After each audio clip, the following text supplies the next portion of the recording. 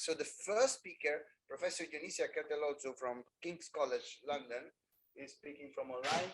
And Junicia, you have the floor, 15 minutes. I'll try to get you signs in some way or another, and then we move on to the question. You have the floor, Junicia. Thank you so much for that. I hope you can hear me. So good afternoon from London. It is a pleasure to join you, and sorry that I wasn't able to join you in person, but I had some prior commitments that didn't allow me to do so. So I think that our panel has been asked to focus on stewardship reporting and sustainability engagement. So I'm going to focus on the first part on reporting. And I think the next two papers are going to focus a bit more on engagement and voting. So my presentation draws on a paper that I've been working for quite a long time, more than 3 years, I would say, and is now forthcoming to the New York University Journal of Law and Business. And the paper, as you can see from the slides, is about language, is about the rhetoric of activist shareholder stewards. And this paper is part of a much broader project on global shareholder stewardship, which I'm leading, and many of you, many of the participants of the conference are actually members of this project. And if you want to find out more, you can obviously, follow, our news and look at our website. Today, I'm focusing on stewardship rhetoric, or in other words, on the language that is being used by investors when they report on stewardship. And somehow I think this is connected to what Christophe talked about before, about language, of course, in a completely different setting. So the aim today, actually the aim of the paper, is to examine how investors understand stewardship. And the means to do that is through looking at stewardship reports. So let me start from a very obvious question. And this is, what is shareholder stewardship? What do we mean when we're saying shareholder stewardship? Because stewardship has become the new buzzword in investment management and corporate governance circles. But as most buzzwords, its meaning is a bit vague and slippery. So originally, stewardship was very simple. Stewardship was almost synonymous to shareholder monitoring, shareholder engagement, and shareholder voting. So in other words, the original idea behind the first code, the UK Code 2010, and then the 2012 one, was to fix a classic corporate governance problem. And that is to make passive investors more active. Of course, for this concept, for this very simple concept to work, you need at least two conditions. First, you need to have institutional shareholders as equity holders. And secondly, those investors need to have the incentives and the abilities to engage in shareholder stewardship. And in the edited collection of Global Shareholder Stewardship, a book to which many of you contributed, we show that none of these conditions are actually present in global markets. Institutional investors are not the only possible stewards, and there are also controlling shareholders, retail investors that can possibly play a stewardship role too. So in reality, therefore, shareholder stewardship is actually much more complex than what originally thought. And in addition to the varieties of actors, there are also varieties of targets. So even though originally stewardship was only about equity, public equity, today's stewardship is about fixed income, it's about infrastructure, it's about private equity. So not only the actors, but the targets of stewardship are also become much more complex. And at the same time, even if you look at the original idea of shareholder stewardship within equity, again, things are much more complex.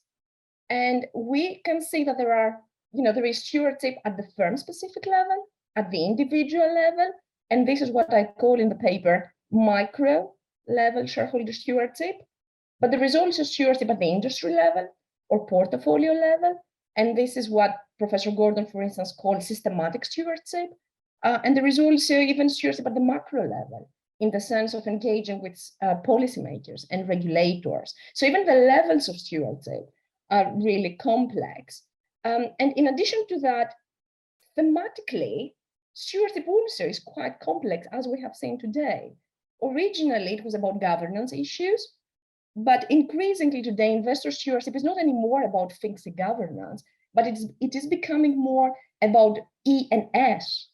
And it becomes connected to climate change and the sustainability movement. And this is what a preeminent UK corporate law academic called as a movement from saving the company to saving the planet. And this has been heightened by the pandemic. So my point is that shareholder stewardship is much more complex to what we originally thought. And here comes the paradox. For policymakers, despite all these complexities, shareholder stewardship is really simple. And the way policymakers understood, and in some degree still understand stewardship, goes back to that original idea, that stewardship is about the micro level, is about shareholder engagement, shareholder voting, shareholder monitoring at the individual level. And this is the model that was endorsed by the UK Code 2012 and was also incorporated in at least 20 jurisdictions on 6 continents. So the UK Stewardship Code, the first version at least, focuses on shareholder stewardship, so on the role of institutional investors as shareholders at the micro level, and can be described more as an engagement code, because it does has principles about, voting, engagement, monitoring. Of course, it recognizes the investment management side of stewardship, and it recognizes that investors have responsibilities towards their beneficiaries, but it is mainly about engagement, and it is mainly about micro-level shareholder stewardship.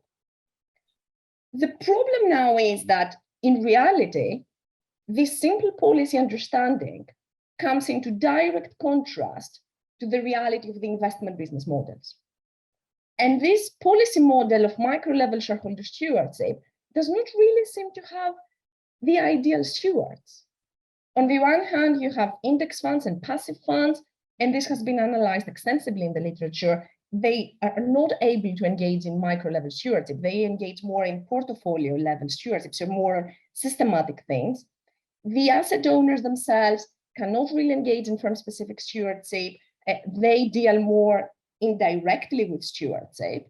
The active managers, some of them may be able to engage in some instances with firm-specific stewardship. And then you do have a smaller number of investors who engage with shareholder activism. And those activist investors, in theory, could have been the ideal steward actors at the firm-specific level, because they have both the incentives and the abilities. They have quite concentrated portfolios and firm-specific expertise. So for them, the model of stewardship could be compatible to the business models with one proviso. They would have to promote long-term shareholder value. So the paper now tries to look at how those activist investors perceive stewardship, how they express stewardship, and whether what they are doing and what they are doing is expressed through the reports can be compatible with the policy model. So that's the aim of the paper, to fill in this gap. So the paper analyzes the reports, the stewardship reports of 50 activist signatories to the UK Stewardship Code 2012. Again, just to highlight here that when I'm saying activist, I do not mean US hedge fund style activism. This type of activism is much more softer. It is about firm-specific engagement and having the incentives to monitor at the firm-specific level. So the activists in the samples have different activist styles. Some of them are offensive, others are defensive, others are friendlier, others are more confrontational. They vary in size. 16 of them are domiciled outside of the UK. Also, 40 of them have been assessed by the FRC, the Financial Reporting Council, as Tier 1 signatories, and 40 of them are also signatories to the PRI. So now to construct the database, the textual database, because effectively this is a database of words, right? So I brought together all the policy statements of those 50 signatories, and the raw database included 168,424 words. So now to be able to analyze that and to make sense of all the data, I pre-processed the sample using Quantdata, and that's a toolkit in R.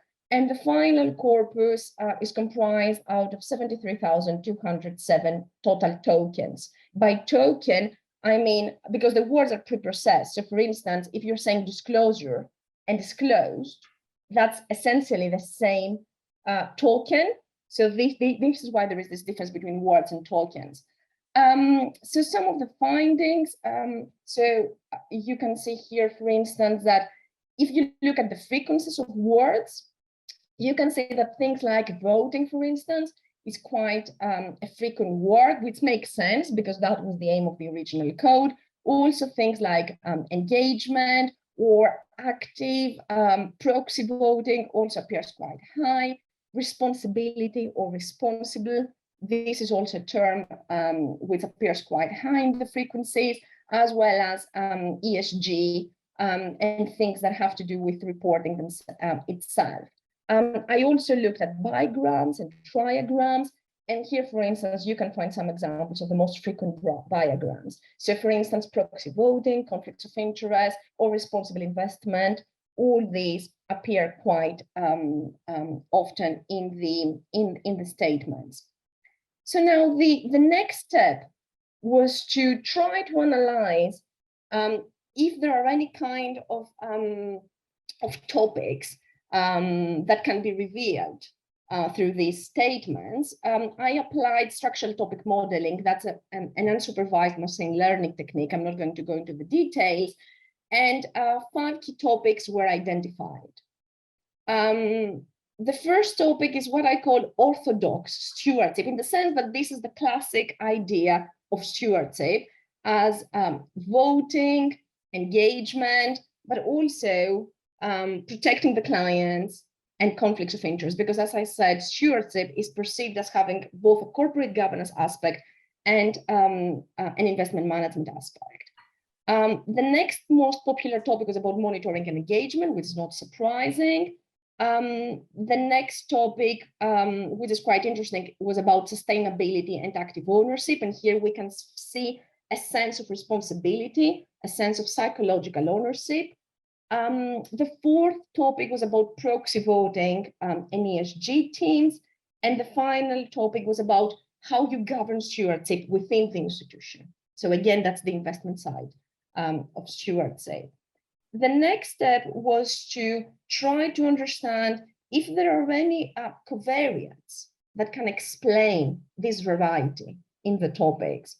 And here I use 7 different covariates, and you can find some of the results. So for instance, if you look at the country, if you look at the domicile of the investor, you can see that those that are domiciled in the UK, they do emphasize a lot more on that traditional concept of stewardship. Another interesting finding, friendlier activists tend to emphasize more on sustainability and active ownership. And also activists that are members of the PRI, they do emphasize a lot on sustainability and active ownership. And also, that's quite an interesting result for the FRC and the regulators around the world. Tiering has minimal impact. Tiering only had a very small impact on the governance of stewardship itself, but you can't really differentiate between topics on the basis of tiering. And also size had an impact on topic 5, and here on topic 3. So just to summarize the key findings, so it looks like the way that the stewards themselves understand stewardship does cohere with a policy understanding of micro-level shareholder stewardship. I also found that defensive activists tend to focus more on the governance of stewardship. But what is quite interesting, I think, for future research is that sustainability and active ownership is best explained by the activist approach. So in other words, friendlier activists tend to refer more to sustainability and active ownership, and with PRI signatories. The activist domicile affects proxy voting. So US investors tend to refer more to proxy voting compared to UK investors. And finally, tiering has only limited impact. So what does this show to us? It looks like we're in a if you look at the language, if you look at the reporting, it looks like signatories are moving from an instrumental understanding of stewardship to a more enlightened understanding of stewardship, especially those that are PRI signatories and are friendlier activists. And there is some space here at the firm-specific level to consider those as stewardship arbitrageurs or as stewardship intermediaries, especially with the increase of the ESG shareholder activism. So because I'm conscious of the time, so just to conclude, so what can we learn from spending 3 years on structural topic modeling? What are the messages? Lesson 1, the stewardship rhetoric of domestic and less confrontational activists seems to be more compatible with policymaking. UK and non-UK investors understand stewardship differently. Lesson 3, there are some interesting crossovers between the way that some stewards understand stewardship and the PRI signatory. So there is some interesting crossover here. Lesson 4, the FRC steering does not seem to work. And I think it was a good step that the FRC seized the tiering exercise now with a new code. And of course, the final, and this is more like a cautionary note, words are loud, but actions are louder. And this is a paper about words, not actions. Thank you so much. Thank you very much, Dionysia. And I would like to open the floor for question. While spotlight the room. Okay. Any question? Yes. Rineke. Thank you so much for your presentation. I was a bit triggered by the word intermediaries in one of your final slide. In the Netherlands, it's known that quite a lot of the big institutional investors also heavily depend on intermediaries, so ESG engagement service providers. I wondered how that played a role in the reports that you analyzed. Alessio, shall I report that, or are we going to take all questions together? Please, can you stop sharing so that we can have both? Oh, yes, of course. Thank you. Wonderful. Now, it's up to you. Please go ahead. Yes, so thank you for that. The use of the word intermediaries was a bit different in this context. So it was more about how they can intermediate in terms of stewardship, how they can intermediate between the company and other active or passive investors. So it had that meaning rather than proxy voting services. But in terms of the question that you asked about, whether or not proxy voting had any impact, as I showed in one of the slides, proxy voting was one of the key topics. And actually, those investors that are not domiciled in the UK, they emphasized a lot on the role of proxy voting. So from the reports, you can see that they're using a slightly different language, depending on whether they're UK or non-UK investors. And it looks like in the US investors, they do rely a lot on proxy voting, or at least they do emphasize a lot on proxy voting in the stewardship reports.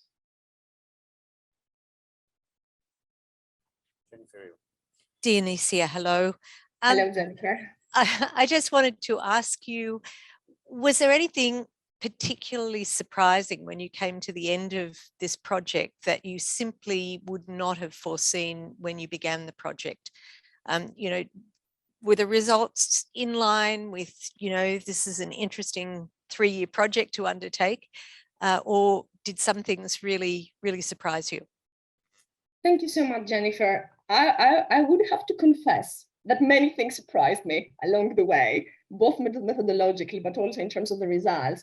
One of the findings that to me was a bit difficult to explain originally was that, was the fact that the activist style, so whether or not you're offensive or defensive, and there is a lot of literature in company law about that, this does not really seem to have a clear impact on the topics, right? So it wasn't one of the main drivers.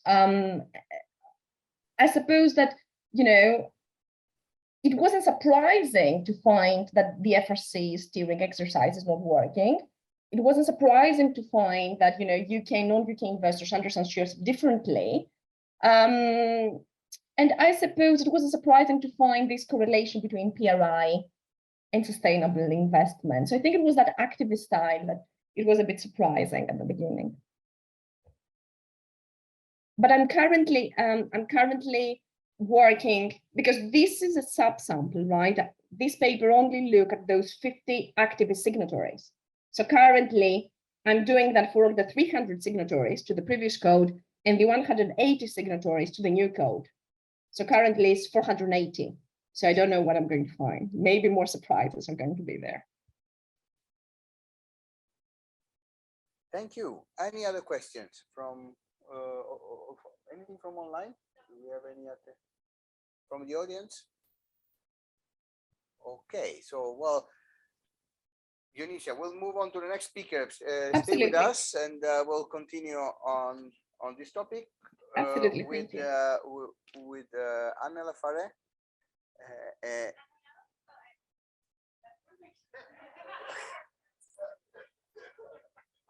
Oh, okay. It's all right. It's fine. Rinika, are you fine? Are you fine with that? Dionysia, meanwhile, let me convey again the sadness of having missed you twice. I missed you in London and I missed you in Amsterdam, but look forward to meeting you in person very soon. Rinika. Yeah. Yes. Let me share meanwhile the slides. Yes, here we are. Of course, it's all set. Let me share the screen in a second. Where is it? Should be you, right? The only thing I don't mind, this one, yeah, there it goes. Yes. The last thing to see whether it works. Yeah, everything is working. You have the floor.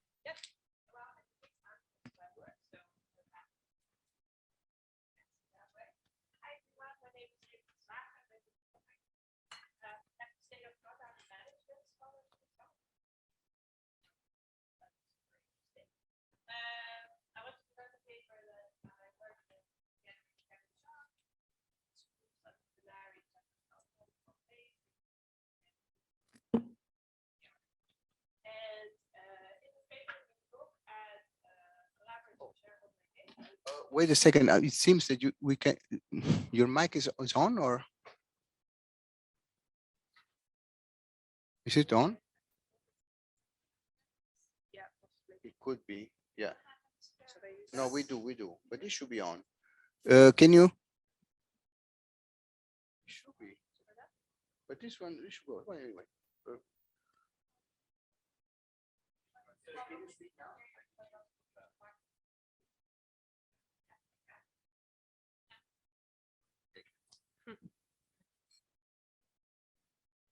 Where was it? Yes, so this paper is on collaborative shareholder engagement. So what we were just talking about, engagement, private dialogue with company, but done by groups of shareholders that are signatories to the PRI. I'm going to skip this slide because this will probably be familiar to you. We have some evidence by now that these private dialogues, so engagement, shareholder engagement, can influence firm ESG behavior. And we have some information on some of the individual, what we call engagement levers. So what are some of the factors for engagement success. For example, a larger coalition has been associated with more successful engagement, the stake of the shareholders in the target, as well as having a local shareholder within the coalition. One particular important note to make in this research, success is evaluated as have the milestones that have been ex ante been agreed upon by the coalition of investors, have they been achieved for the particular firm at the end of the engagement? So not necessarily, although somewhat related to impact, but it's a success measure that's based on ex ante objectives and are they being met? But as we've also heard today, many collaborative engagement, there's many different factors involved, lots of different interests, and many engagements fail. Actually, in our sample, we particularly look at the collaborative engagement on environmental topics, and we had our success rate overall was about 40%. So the majority failed. And this paper is based on a larger research project in which we also talked to the companies that were subject to engagement, to the investors that did the engagement, and to the PRI staff that coordinated the engagement. And this is a quote from one of the PRI staff, which also inspired our approach in this paper.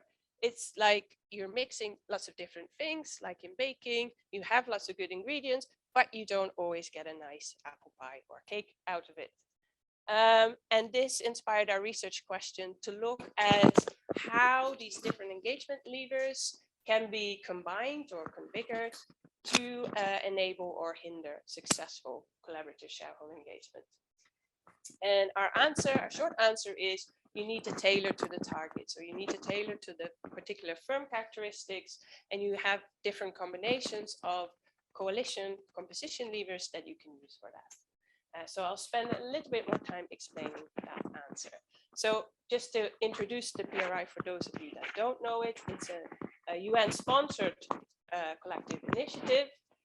We particularly look at the collaborative engagements that are coordinated by the PRI. So they have a large collaboration platform where any institutional investor that's signatory can put out, hey, I want to engage this company on a particular issue, who wants to join me? A subset of those engagements are coordinated by the PRI. So there's someone within PRI that provides administrative support, but also increasingly is involved in getting everyone on the same page and taking also a more active approach in what kind of topics are being collaborated on. We build a conceptual model of what are the ingredients that could be at play in terms of shareholder engagement, where we look at target firm characteristics, so both their financial capacity, but also their environmental scores based on ESG environmental scores. Then we look at what the coalition looks like in terms of size, their overall stake, their joint stake, their experience in terms of engagement, and whether there are any local investors in the coalition, and then the type of issue that they engage on. Is it material, and are they mainly interested in seeking further disclosure from companies, or are they also interested in pushing companies to adapt their strategy? Now, important point to make is that this is a configurational model. So we essentially look at the interactions between all these different levers and which of them are associated with success and with failure. And we do that using something called fuzzy set qualitative comparative analysis, FSQCA, which is very good at dealing with this complex causal complexity, which you get when you have multiple way interactions. So a very, very brief introduction into causal complexity.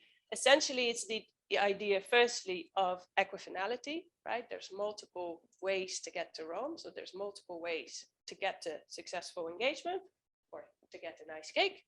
There is also conjunctural causation. So you could get to Rome by taking a metro, by taking two different kind of combinations of metros, or combining your ingredients in a different way. You could still get an apple pie, to stick with the baking metaphor. And there's also causal asymmetry. So the factors associated with success and the factors associated with failure are not necessarily a mirror image of each other. So you can take the A24 to Rome, but if you combine it with the A29, you might end up in Lafarre instead. Yeah, well, I'll not show you the exact empirics, but this is the outcome of this configurational analysis.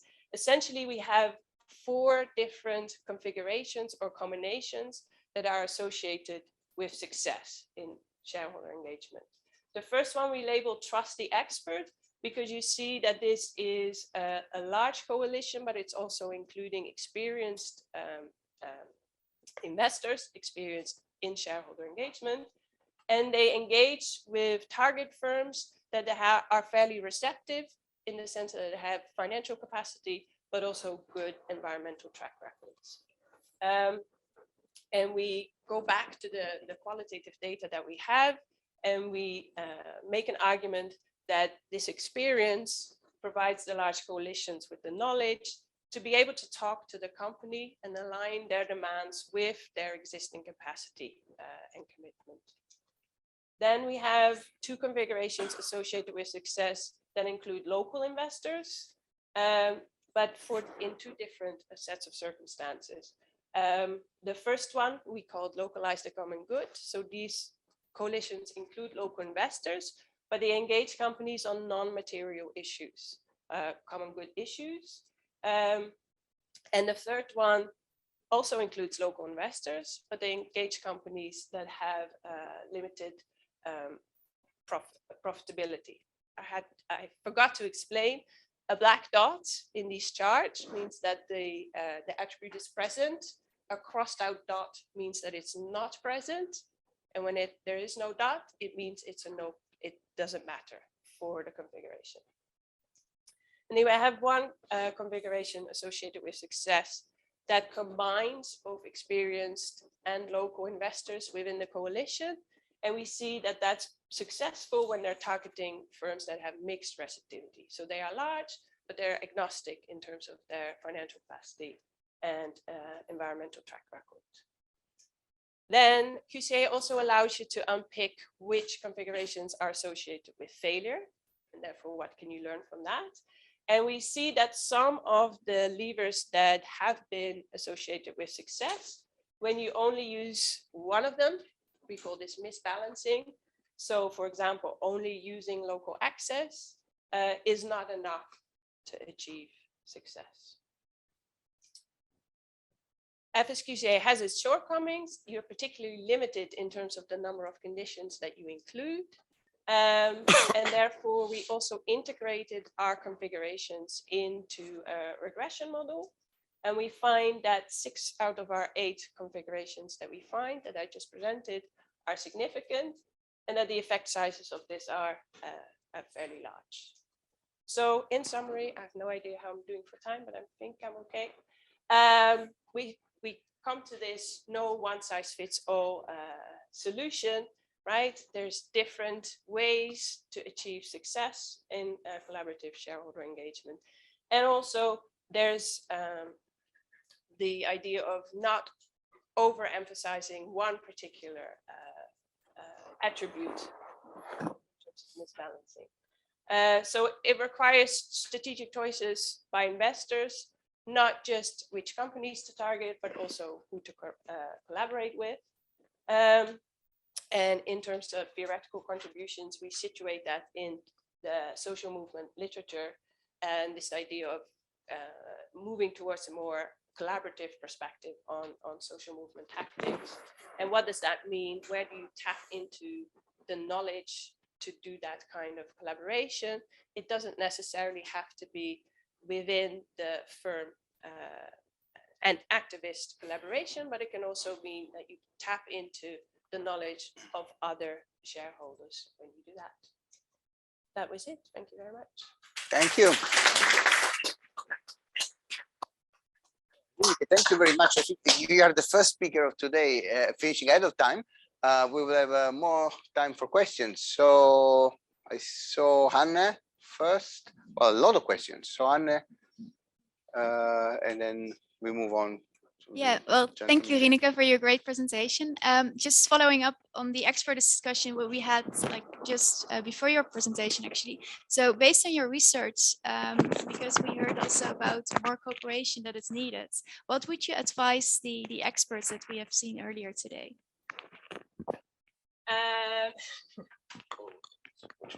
Yeah, this worked before, right?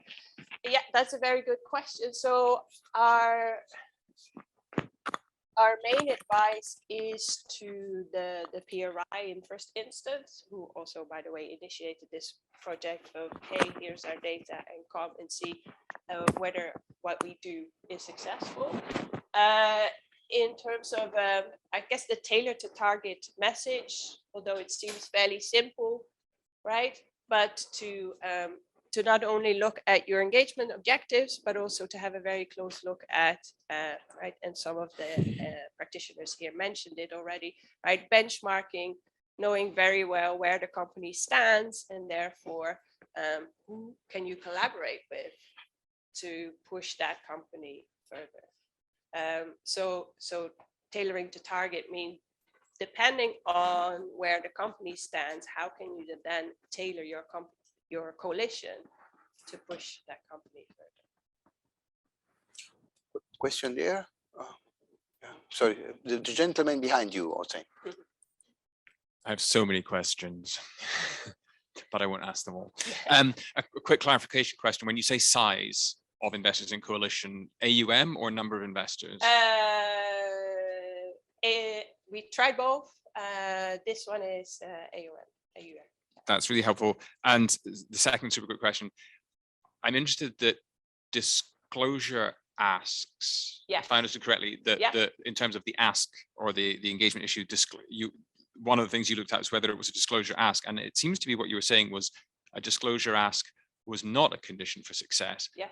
And so what should I read into that? And the fact that I guess it's counterintuitive to what my experience, which is that typically disclosure asks are easier, so more successful, and that actually asks which cause a company or ask a company to make a change to their practices beyond just disclosing what they're currently doing is a more ambitious ask and therefore more difficult and therefore less likely to succeed. Yes, I agree. I would just, on the disclosure point, this was also something that surprised us when we would have expected it the other way around. And there's some research on individual shareholder engagement that does suggest that disclosure is easier. But when you really ask them to set targets, reduce emissions, rather than just write the report,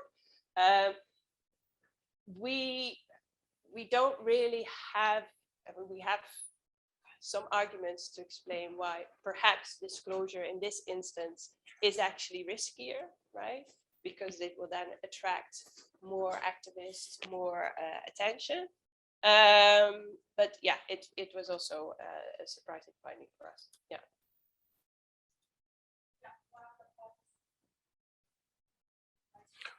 We had also the gentleman there for Junicia. If you can hold on, we had I think one question there.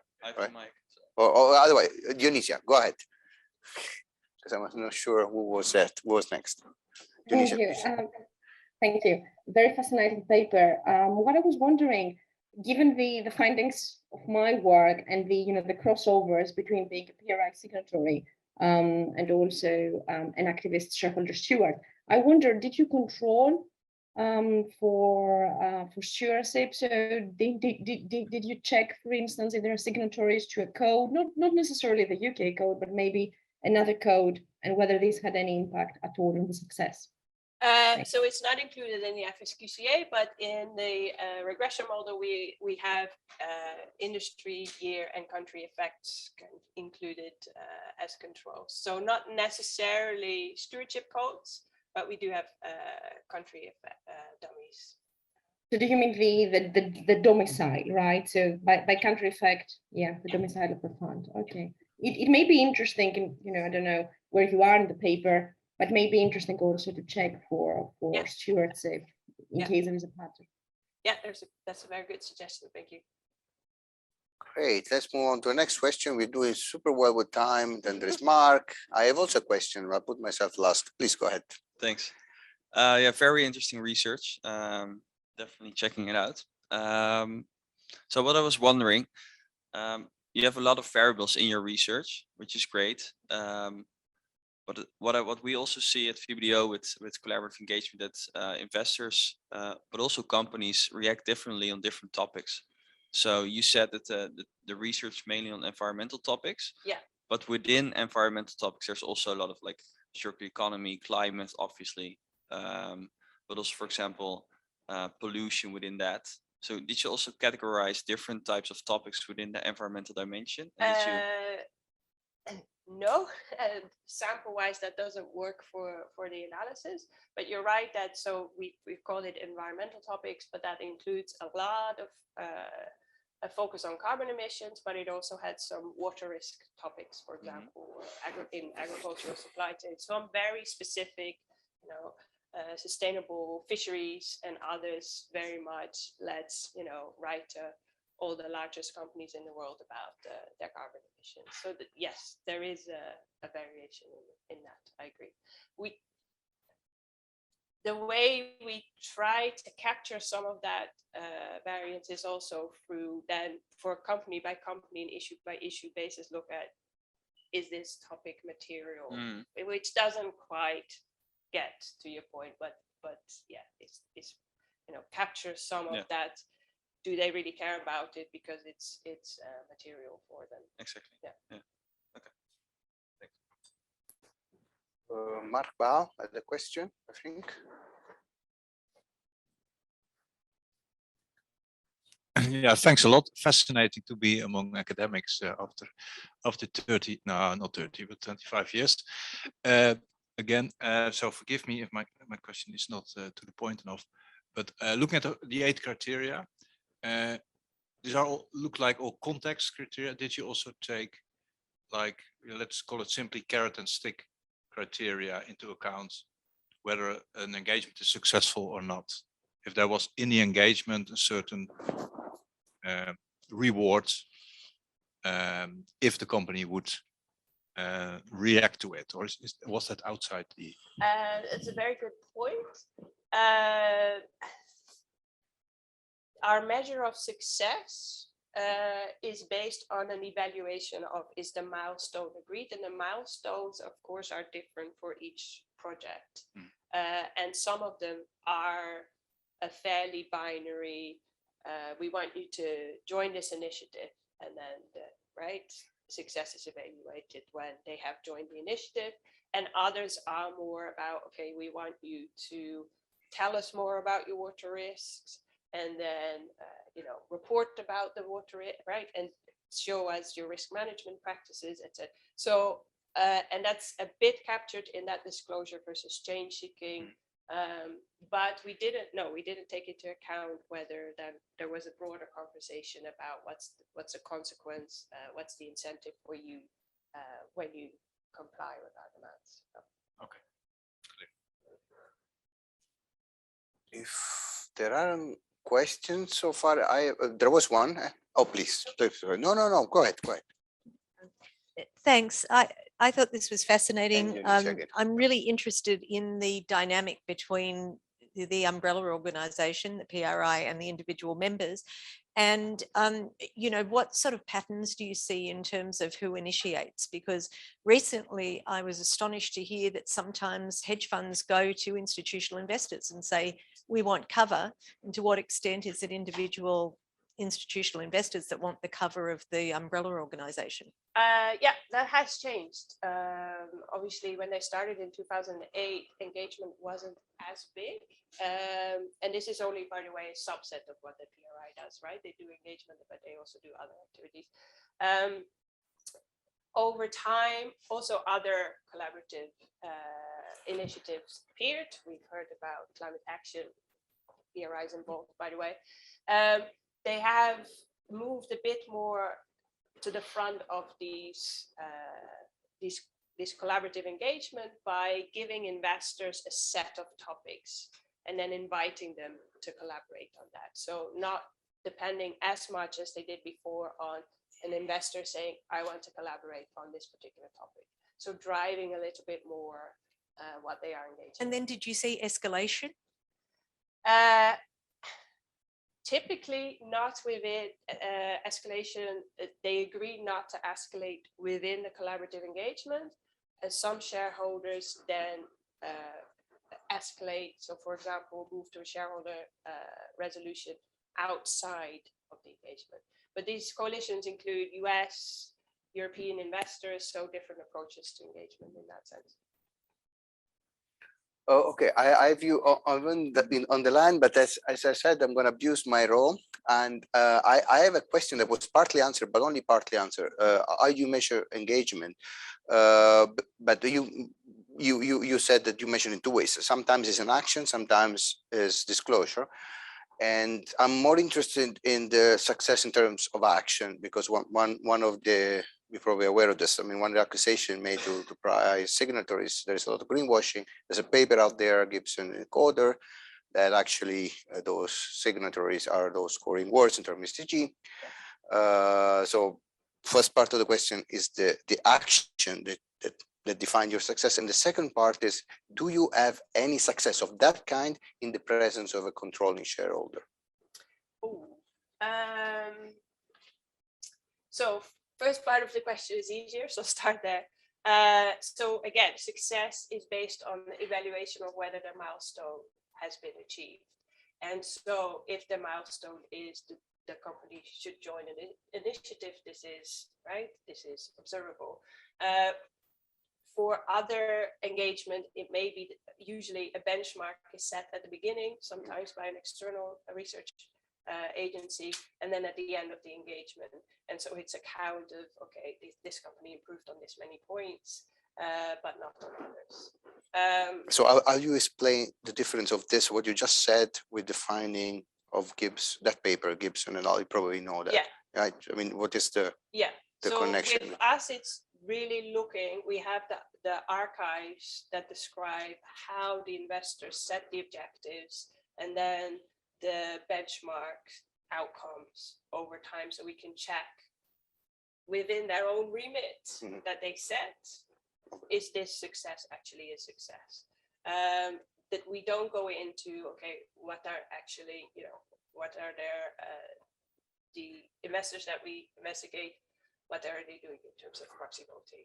Also, controlling shareholders, yes, this is something that we still need to look into in terms of our regression models. So there's no ownership in your model? No. Okay, thanks so much. Thanks so much. We had Dionysia and Kobe. Dionysia, please.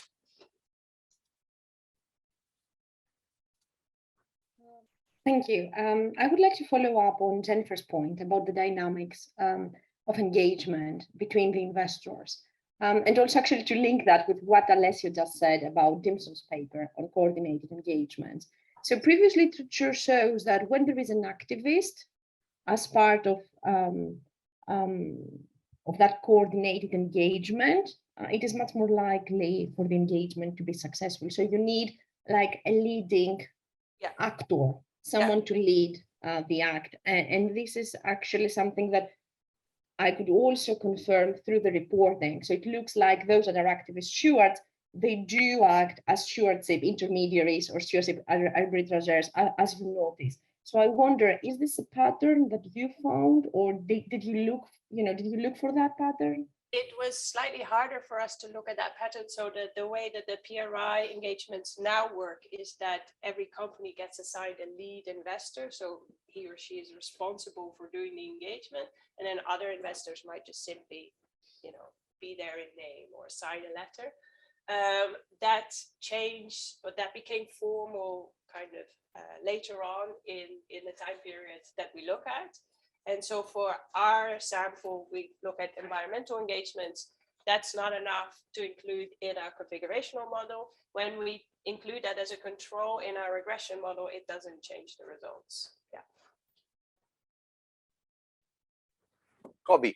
Yeah, I actually wanted to follow up on Alessio's comments, because it's something that also, I mean, it was related to this comment as well. We get a lot of reaction on successful, whether we see successful on things that are not cheap talk, right? And or things that are not soft. You can think about soft things, like what does it mean to join an initiative? I mean, does it have any implications from the perspective of the company?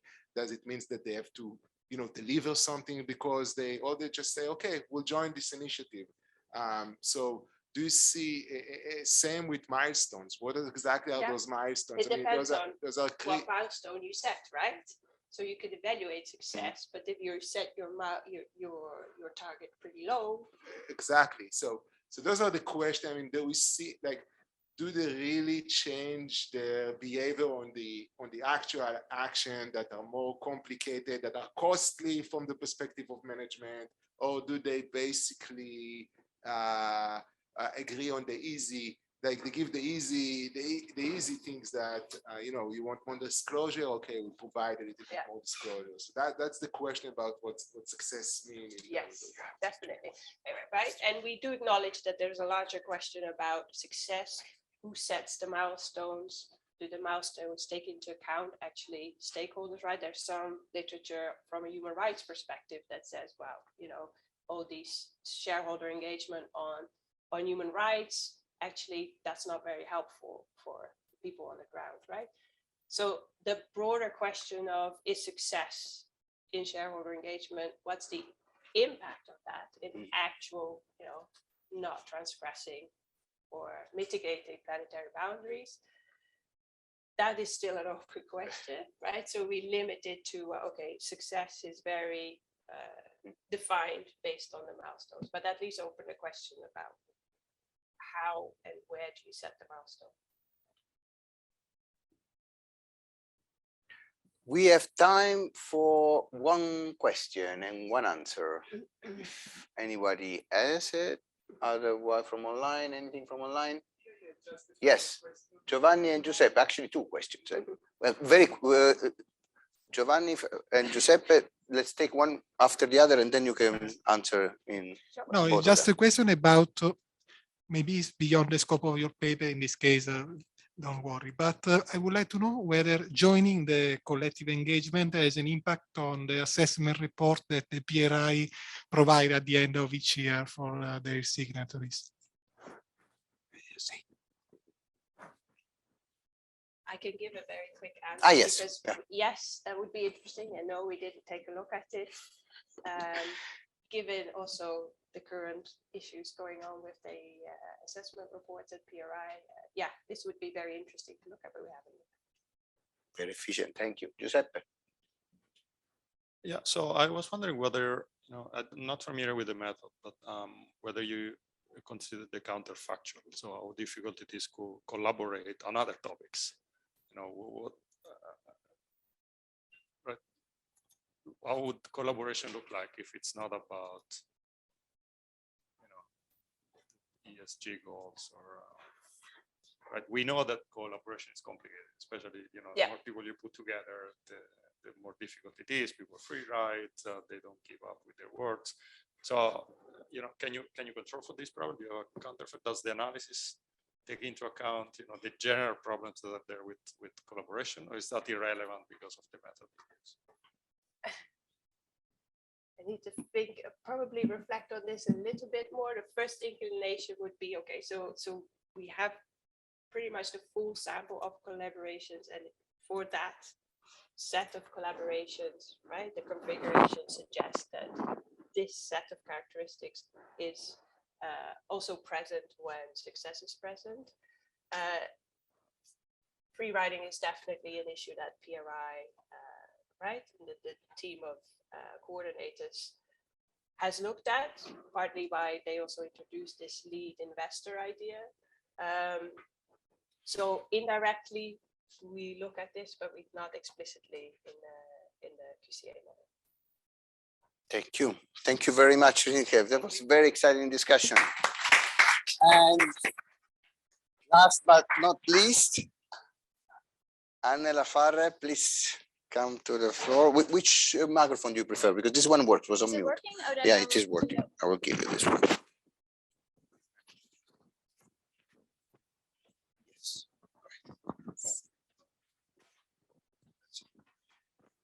It's now on mute. No, okay.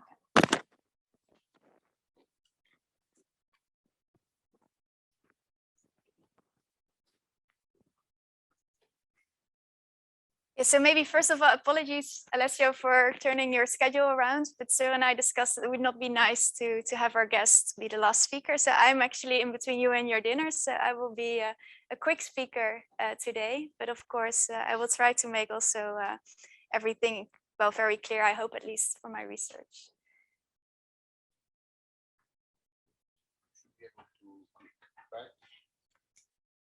Yes, but this is Rineke's presentation, I think. Maybe now you can see whether I paid attention or not. It's that one. Yes.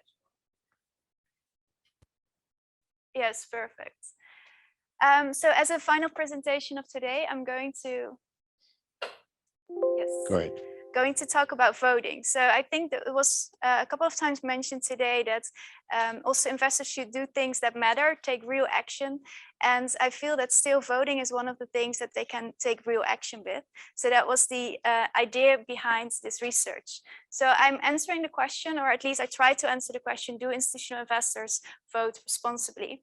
And by the way, it's a working paper, it's on SSRN.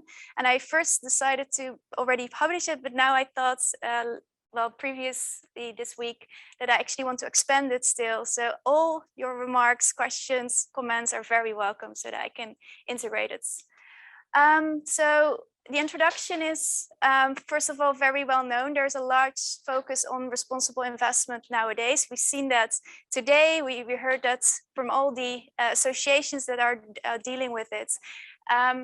And many investors claim indeed to be also fostering sustainability. And some of them really do, while others, well, we have questions. There have been questions in practice, there have been questions in research. We've seen the blogs of Tarek Fancy questioning BlackRock. And also authors in this room have questioned these investors. So there are very important doubts whether investors actually do walk their talk, and particularly related to the big three. And today I would like to take you a bit in my research, and answer the question whether institutional investors actually act responsibly.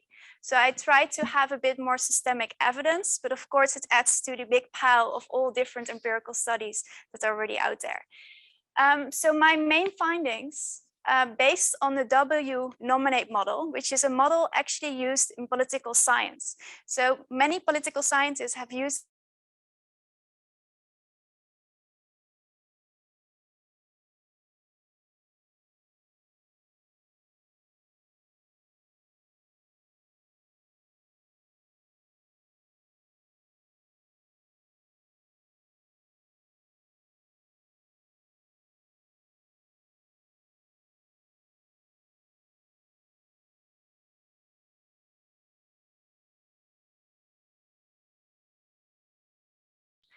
And my findings are, in short, that there are large differences in preferences.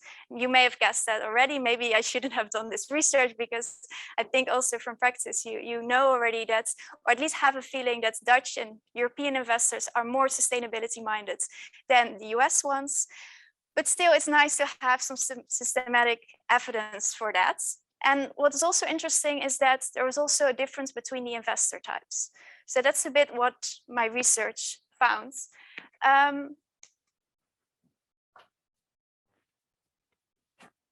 Yes, so I have a small theoretical framework, but I would like to go fast because we saw already quite a lot about that today. So first of all, whether they walk the talk is actually a question about greenwashing. Do they really foster sustainability, or are they just talking about fostering sustainability? And there are many definitions of greenwashing, and I used actually the definition of Delmas and Verbano, where you say, okay, there's communication and there's performance. And if they are aligned, you're walking your talk. If not, you're greenwashing. And then we see that for investors to communicate and to perform fostering sustainability, there are many different motives. And we've seen before, also it was addressed a bit today already, that there can be financial motives.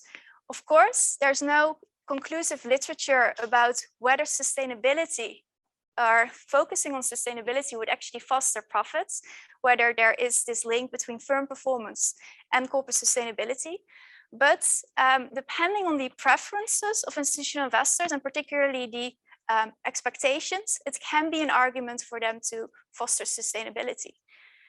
But also if they do not have these expectations, then still it can be the case that it can be financially beneficial to at least communicate that you're sustainable.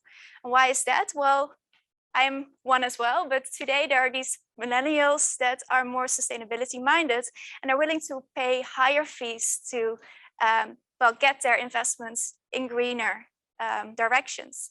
So they communicate that they're green and may or may not act on it. And some authors have suggested that, well, it's better to communicate and not perform because there's low transparency. Alessio had a great paper on that actually. And it's a lower cost strategy just to go with the flow and have your non-ESG funds. Yeah, your non-ESG strategy. And then we have some non-financial motives. And we heard actually about this today as well already. There are these institutional norms from society we have in Europe. We have this more or social norm related to sustainability, also to stakeholderism. And also, of course, we have divergent legal norms. And these actually, relating to more institutional theory, can actually stimulate investors to be even intrinsically motivated to act sustainably and to actually foster sustainability. So putting that together, based also on the literature, particularly related to non-financial motivations, you see that there has been studies finding that particularly European countries, continental European countries particularly, are more have different institutional conditions, have more sustainability-minded conditions. And also what is also interesting is that there can be a difference between the types of investors. And there has been research before about norm-constrained versus non-norm-constrained investors. And the norm-constrained investors are those investors that are actually bound to the motivations, to the social norms of their beneficiaries. So they're facing their beneficiaries and they also need to align their actions. We've seen that in the Netherlands with ABP. They're stepping out of the big oil because the beneficiaries asked for that. Based on that, very short, I have two hypotheses. So I claim, okay, based on the voting records of institutional investors, we can find that the European, in between brackets Dutch, because I focus on the Dutch investors, are more sustainability minded, more socially responsible. And secondly, asset owners, being non-constrained investors, are more socially responsible than the asset managers. And based on the literature review, I highly question the motives of the big three. So next, my methodology. Very quickly, it's a mathematical model, but I try to make it very clear.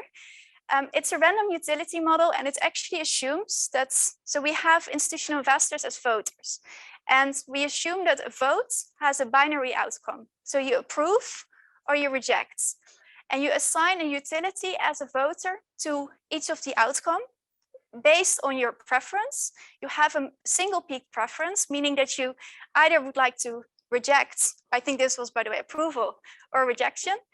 And you sometimes make a mistake. So there's also this, it's called the stochastic component. There is an error term as well. And based on that, you have your utility to one of these outcomes. So the model then plots the ideal points of each investor. And it also plots the location of each proposal. So we have a line, and I plotted it from -1 to +1, where I coded -1 being very sustainability minded, +1 more the Milton Friedman style investor, very financially minded. And based on that, you actually have both the ideal points mapped on the line and also every point of each proposal. So for instance, there is this line and you have here a proposal, and all the investors located to the left vote in favor all the investors located to the right vote against. And that you have with all the proposals. And then the model optimizes the ideal points based on the agreement scores between the investors. And that you can also do with two ideologies. So the line that I just presented to you was one ideology. Let's say sustainability versus financially orientation. Although now I present it as a trade-off, which is, I think, not always the case. Let's put it like that. If we add a second ideology, then the y-axis becomes the second concern that you can have, like corporate governance preferences, whatever you would like to have as a second ideology. What is interesting is that the proposal, so each voting item in the data set now becomes a line, which is called on the graph a cutting plane, meaning that all the investors located on one side of the line vote, in this case, yes, and the other side of the line vote no. So to see how this works, if you have a line that is perfectly horizontal, then that line, that proposal, is fully based on the differences of the investors related to the second ideology, so the ideology on the y-axis. If it is vertical, then it's, in my case, a sustainability matter, meaning that on the left you have the sustainability-minded investors, on the right you have the classical investors, and then the proposal is really determined by that first ideology. So that's the general outline of the model. We have assumptions. First of all, I have to have a binary decision because I only have this rational choice between two outcomes. So only the yes votes belong to the approval outcome in my model. And secondly, I now have only fund families, but I really want to extend the study to also include ESG funds to see whether ESG funds actually do vote more in favor of sustainability proposals or not. And I did add already the BlackRock ESG funds to the paper this time. Data sets, very quickly, I have over 100 investors. I have, including 34 Dutch investors, and particularly I have quite a lot of voting items. I have two categories. First of all, corporate sustainability proposals. Most of them are actually shareholder proposals. Some of them are management proposals. And I also do have board elections. And that was actually based on a suggestion of Alessio and Sander, I think in December, where you say, okay, they have to also have impact on the management. So what I did is I also took into account board elections, and then where the investors actually showed a rationale to vote against board members based on sustainability reasons, as Sander, I think, also mentioned for MN services. So of these elections, about 1,000 are then identified with sustainability rationales. So now let's go to the results. I would like to show you this because it's quite interesting. So upper left, you see the overall results for only the corporate sustainability proposals, so no board elections. Then you see on the upper right, the asset owners, bottom left, asset managers, bottom right, the Dutch investors. What is interesting is that, remember, on the left, -1, you are sustainable, on the right, you're not. And we see that the asset owners are more centric and more to the left compared to the asset managers, who are also quite on the right, but a bit more spread. And the Dutch investors are really more located to the left. So we do see that indeed the ideology of the Dutch investors is more green based on their voting records. I also did this with numbers, same results, but what is very interesting, I have the full tables in the paper, but what I would like to do in the last couple of minutes of this presentation, move to this two-dimensional model. So again, on the x-axis, we have the sustainability ideology, and on the y-axis, we have something else. And to be honest, I don't know what it is. So this model actually incorporates also all these 16,000 board election proposals that I had. And what is very interesting is the second graph, where you see that the Dutch and the European investors are located to the left. This is consistent with also the first dimensional model, but also at the bottom, whereas the US investors are all, well, not all, but mostly located to the right and up. So there's not only a difference in sustainability, but also something else related to corporate governance preferences that I need to look further into, because I didn't specify this in the model. I just put in all these director elections. But there are differences in terms of voting between these investors. So to conclude, are institutional investors truly responsible? Well, it depends on the investor, of course. And I found that particularly domicile matters, and also investor types. So asset owners, particularly in the US, are more practicing what they preach than asset managers. I didn't show it explicitly on the sheet, but BlackRock, I can show you, is upper right together with Vanguard. You don't see the name, but it's one of these boxes. So BlackRock actually, well, now they announced that they do not support that many shareholder proposals anymore. Previously, they did announce that they would support shareholder proposals, and previously they didn't do that. So to conclude, next step, I think I'm not done with this research yet. I want to also go to the fund level to see the differences. I said summer 2022, but I think it's already summer 22. So let's see how far I get. But thank you for your attention and for this.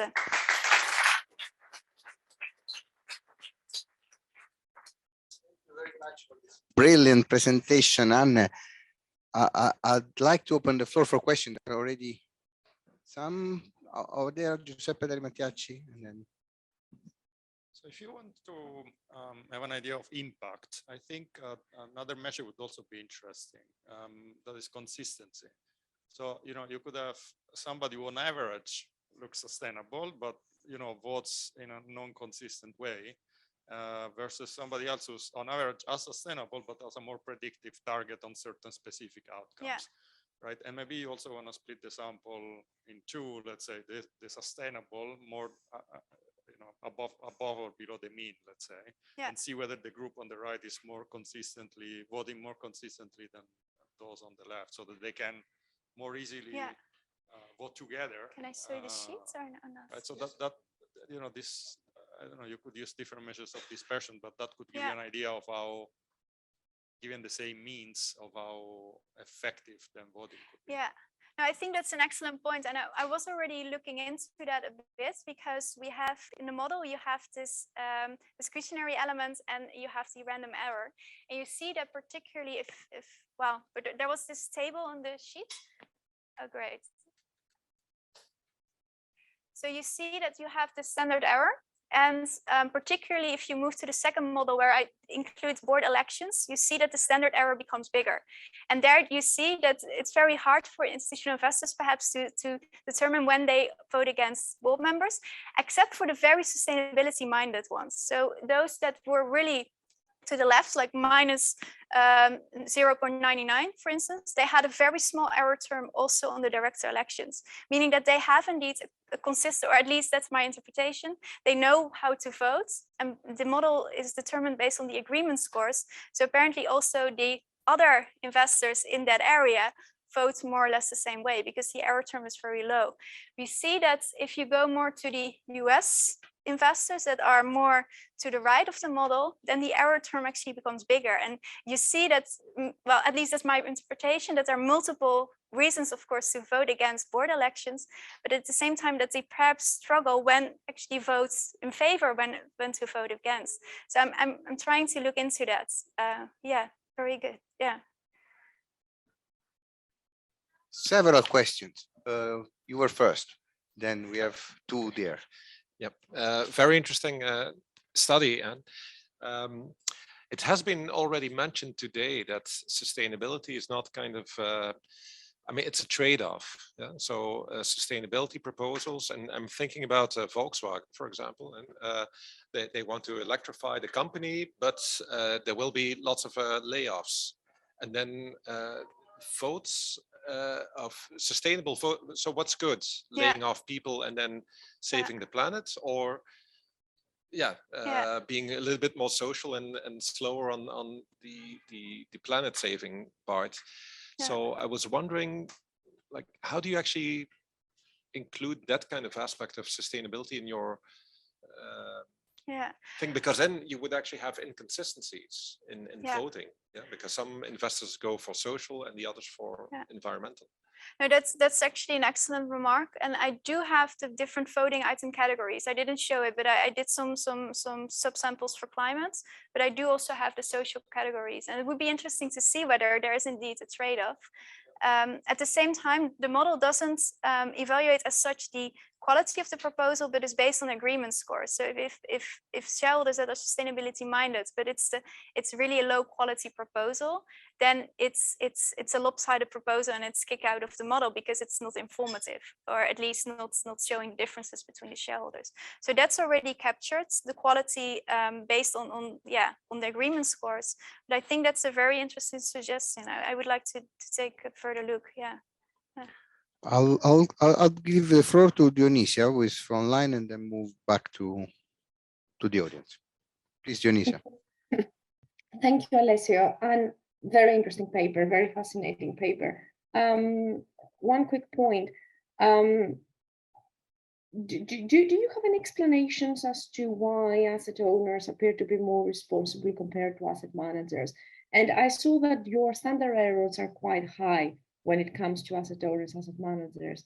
So I wonder, was that finding persistent if, for instance, you look at Dutch investors only, Dutch asset owners, Dutch asset managers, or EU asset owners, EU asset managers, and the same for the US? Yeah, very good remark. You saw it in the table, but I was quick. Asset owners versus asset managers as such, there was a result, but it wasn't significant. It was only for the US. So if you have European asset owners, asset managers, you don't see any significant differences. So it really is a US finding. And also the literature on these non-constrained investors is really US literature. So I think that also, I'm still figuring out what is then different in the European setting, maybe the agreements, but then I maybe, Sander or Rins know more about it. Maybe the agreements between the parties are stricter or more determined, and they're more collaborating. Of course, they also have their own fiduciary managers, like MN Services with Sander that was here before. They have these specific agreements, but it's interesting to think about. Because this actually corroborates to what I find in the UK, and I think the reply is probably the mandates, the way that the mandates are being structured in the UK and in Europe. But thank you so much. Very, very interesting paper. Thank you. Okay, Rins and Mark.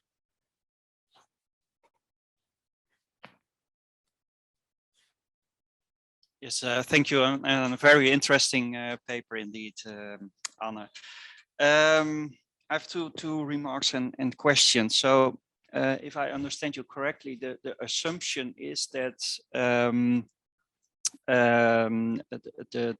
if you vote in favor of shareholder resolutions, you are a sustainable shareholder. Is that the right assumption, or a little bit? In practice, it can be the case, but the model is so what I specified in the model is the location of one shareholder, and based on that, all the other shareholders are mapped on the line. And the model then, based on the agreement scores between shareholders, puts them together. And then if you look at the data, then you see, okay, on the left, it's more sustainability minded. So first the model determines the location, and then you retrieve from the data what this location would mean. So it's not that it puts any assumption beforehand on the ideology.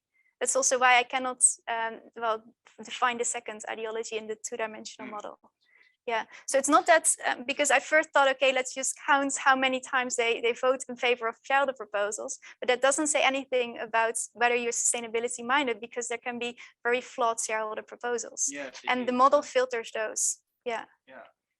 So I think it is very important to know the specific wording of the resolutions and whether it is from a sustainable perspective good to vote in favor or even to reject it or so there were some shareholder proposals that received like lower than 5% votes in favor. They were filtered out of the model because they were lopsided. So there is some correction. I have a second question. If but we have two more. We have two more. So we have Mark, we have one online, and I think then I have to close the session. I'm sorry. Mark, if you don't mind, you've been waiting for a lot, but we have one from online. I would like just to, because the people online get tired more easily. Can you please read out loud? I'll give you the mic. There is a question from Philip asking, is support for a shareholder proposal the right proxy to assess credibility of sustainability commitments? Index tracker would presumably argue we concentrate on engagement as outlined in our engagement reports, which is less public but more effective. Would including engagement maybe lead to different results? Yeah, I think that's a great comment. And I think it aligns with Rieneke saying that there are multiple ways to Rome. And I would love to include engagement as well, but it's very hard and to have good, bigger data sets on engagement. So I think I now just picked the lower hanging fruits. And I still feel that voting is still very much explicitly expressing what you feel as what you really prefer as an institutional investor. So yes, of course, I would love to include that as well, but that's for later on in a different research. Yeah. Thank you very much. And Mark, the last question. Oh, thank you so much. Great to take. I think it's great to take findings from a completely different from the political science in this field. The fact that the Dutch investors are really front runners here. Could it also have to do with the fact that in the Netherlands, the transparency is already great, thanks to the great work of VBDO and Medion? The voting is completely transparent for years already in the Netherlands, as opposed to the UK. Could it also be a factor that because they report the voting already for such a long time, they're under more scrutiny, so they're more likely to walk the talk? Yeah. There is also the disclosure of votes in the US for indeed institutional investors. I think it's interesting to see whether indeed also like these associations contributed to the overall sentiment in the markets, perhaps.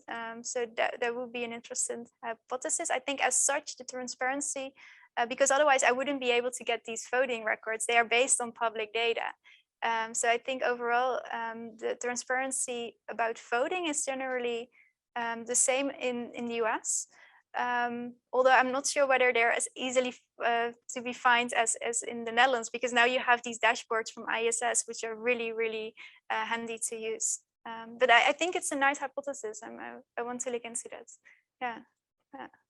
There is huge appetite for questions, but to be fair, there is one there and one copy. So you have 30 seconds each. Okay, I will be quick. 30 seconds there, 30 seconds there, and then we give the floor to the speaker for the final closing. Please go ahead.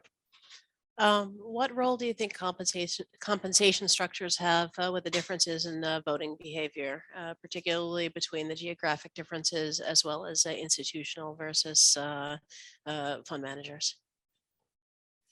Want me to answer now? Let's take copy so that we can. I just heard an interesting talk about a piece by Ronnie Michaeli and al. that looks and show that basically when those are clear, the results of the proposals are really clear.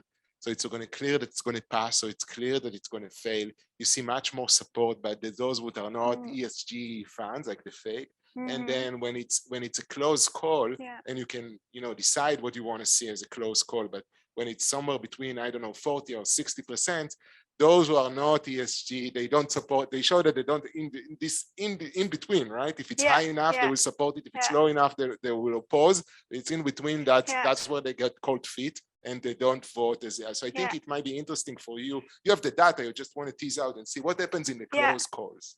And who support it or not. You may get even stronger results.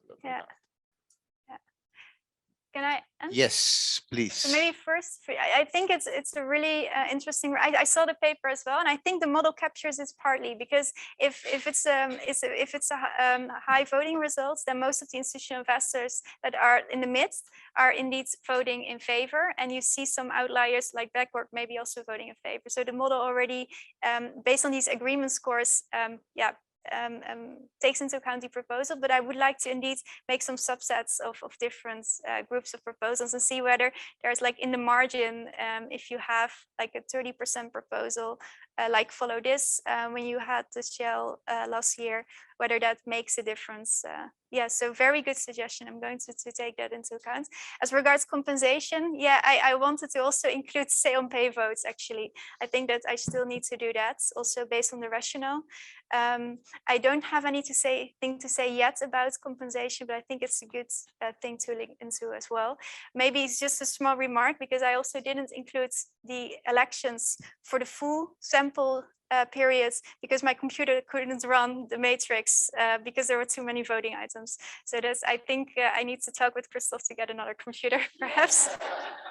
But thank you for that. Yeah, thank you very much for this very interesting and it's wonderful discussion. Thanks to the survivors and the audience online. There are still a few of you, plus the speakers.